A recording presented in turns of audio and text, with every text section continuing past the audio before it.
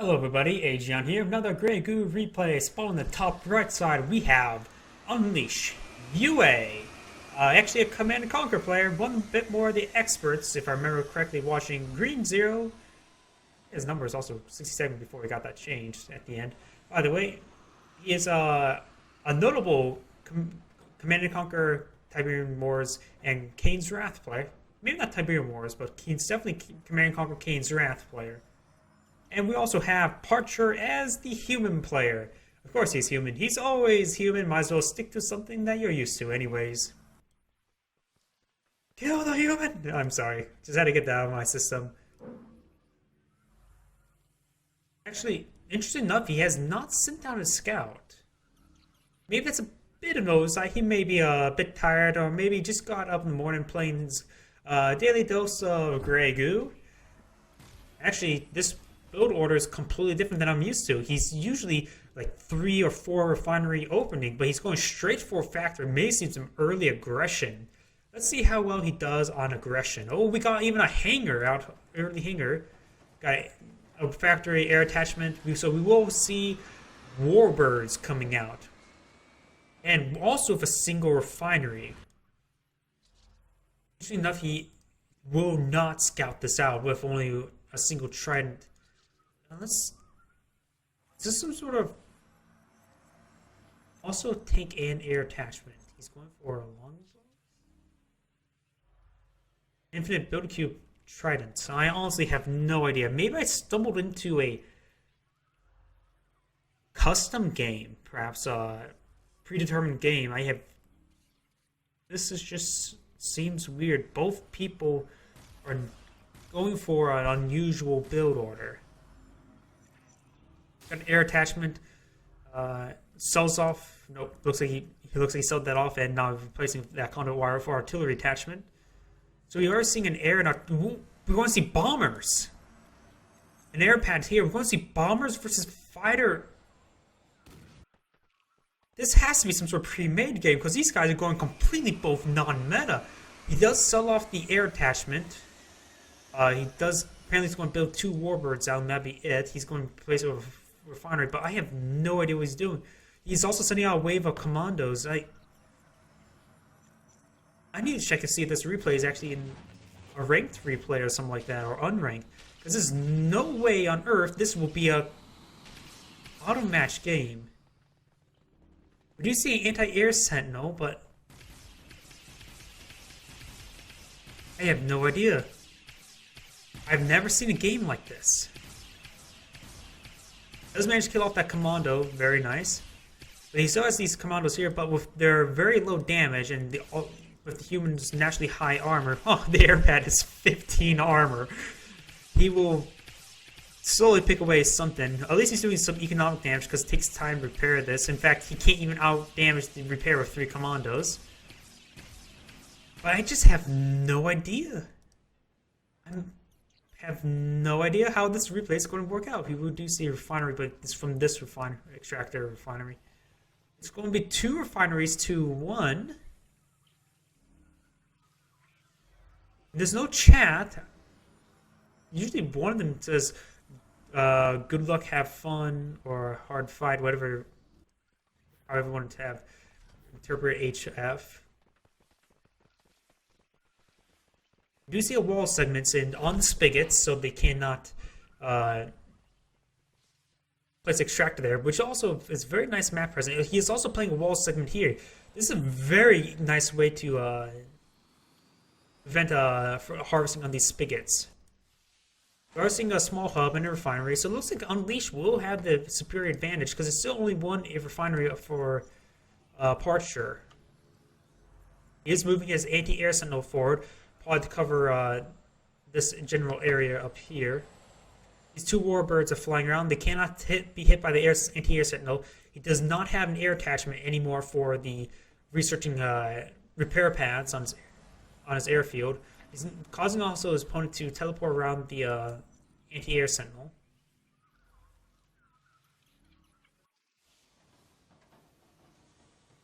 Yeah, I need to check back to see if this is a custom game because you can. I saw. Oh, I look how I turn my replays. I see time length. And I see the user rating, like how high are the people's elo, if that's the proper term. Now, these commandos on top of these 1,000 health walls makes them 1,000 and whatever health they have left commandos. Very nice. So help ward away. We're also seeing longbows, so we may see ground attack upgrade for the longbows soon. We also see a mass what's it called? Mass expanding by Unleash, so he will have a much superior economy, and he can ward away any offense by his opponent by hitting them with the aircraft. It looks like we got some fighters of even players of his own. Does almost kill that one, but he does lose a warbird in return by the anti-aircraft turret.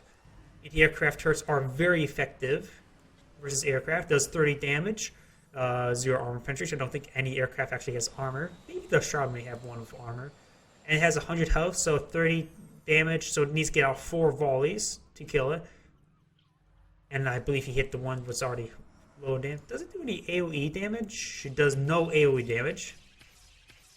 You got anti-heavy sentinel to engage this commando. The anti-heavy sentinel is being hit by the commando, and since it is being built, it was getting hit by full damage instead of the...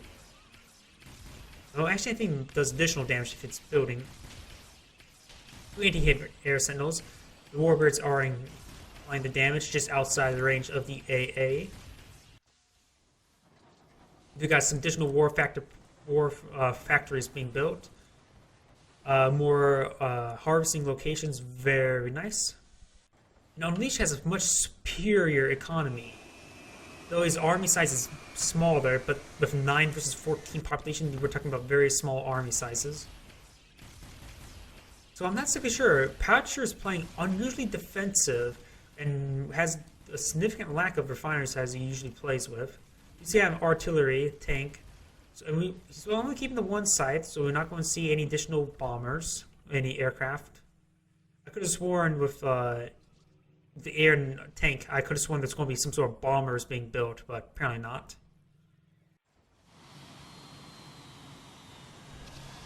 I really wish to see some bombers. Bombers can be very effective, especially if your person doesn't have any mobile A8. Bombers are best in Grey Goo. Aircraft are more effective versus the vehicles instead of buildings, while in other games, usually bombers are highly effective versus buildings, not very effective versus vehicles. But of course, Grey Goo is, of course, a different RTS. Of course, it's going to have a different rock, paper, scissors when it comes to aircraft and vehicles. I would say the only time you would probably really see bombers if you see a large group of small unit size, so it gets maximum splash damage, such as drovers or revolvers or commandos. Of course, commandos can always get the upgrade to shoot air units, which may not be the best. You don't really see bombers versus beta plays anyways. But longbows are effective versus also ground units once they get that upgrade. This site's almost got picked off. The warbird only needs to get off with one shot instead. Does fire and does shoot down that plane. Oh, man, that anti-air sentinel demolished. It says does 30 damage. Those warbirds, this one could have withstand a couple hits, but maybe this is actually a bit wrong. Maybe it's a slight bug. You may need to check that out. You got a couple stalkers that snuck behind the rear line. Almost gets that longbow. Maybe that longbow is also helping to shoot down that aircraft. He's trying to focus on this anti-heavy sentinel, but with only two stalkers, he won't be able to get it. And if Unleashed, with all this superior production, we may actually, in fact, no wait, this is a large hub. First, Chris Warren, he's going to try to go for Hand of Rook, but the large factories need to be on the outside, and attachments need to be on the inside. Tank and artillery. So it looks like we're going to see maybe some avalanches. Perhaps. We are going to see predators, it looks like, on one of these things. A lot of predators. We are going to, see some avalanches along with it. We do also going to see a couple of tech upgrades. We do got Hailstroms, can move and shoot, and Commandos can shoot air units. And these Stalkers may be enough to close up the game. So that early air pressure does probably made him a bit panic versus air units. and so he didn't really expand outwards too much. We got another warbird. Looks like the air attachment may have been rebuilt. Do you need to? I thought you still need an air attachment to build warbirds. Oh, wait, no, here we go. Got another hangar and air attachment. Some other reason I thought this was a repair bay. What am I, going crazy?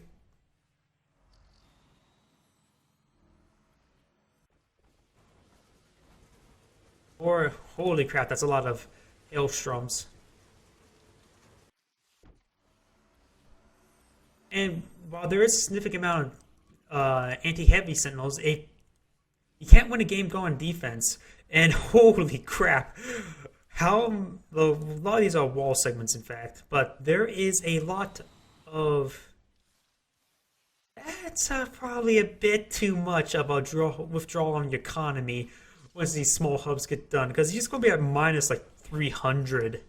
No joke. Well, he does actually have these center ones built up, so he has a significant amount of economy, and this is going to go one way. Unleash is going to win. He has a superior amount of economy.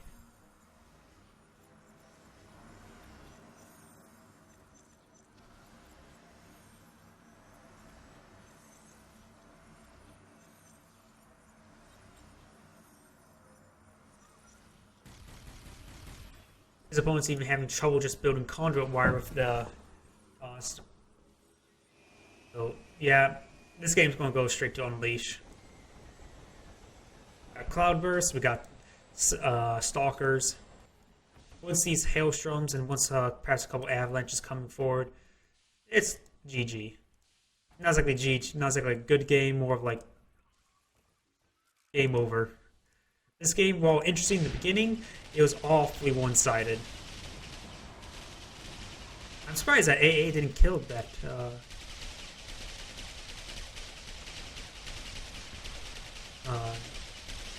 aircraft.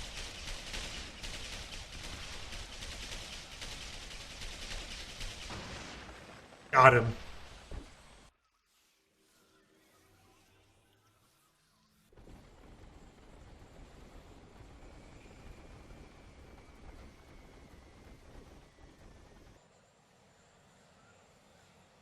Yep, this is going to spell the end of the game. Parture just went too heavily focused on defense. I guess he was trying to make some sort of early fast airplay work out, but it ultimately failed.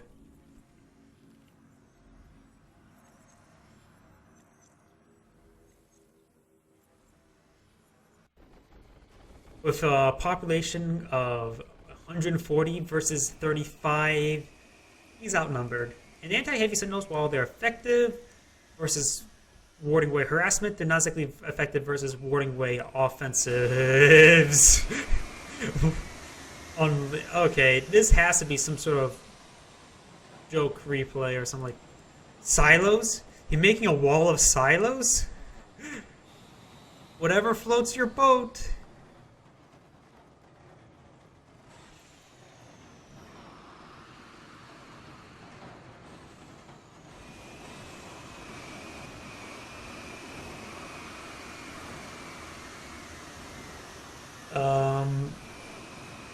Okay. I cannot even describe that. Unleash is just playing for his food right now.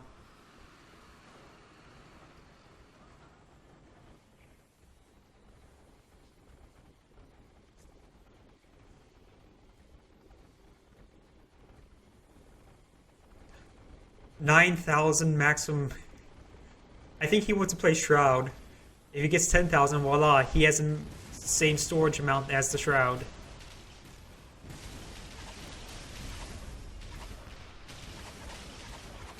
Warbirds are spotting up there, that's how he's shooting up there. And this is definitely the end of the replay. This looks like Parture surrendered. This is Agion saying thank you for watching this unusual replay.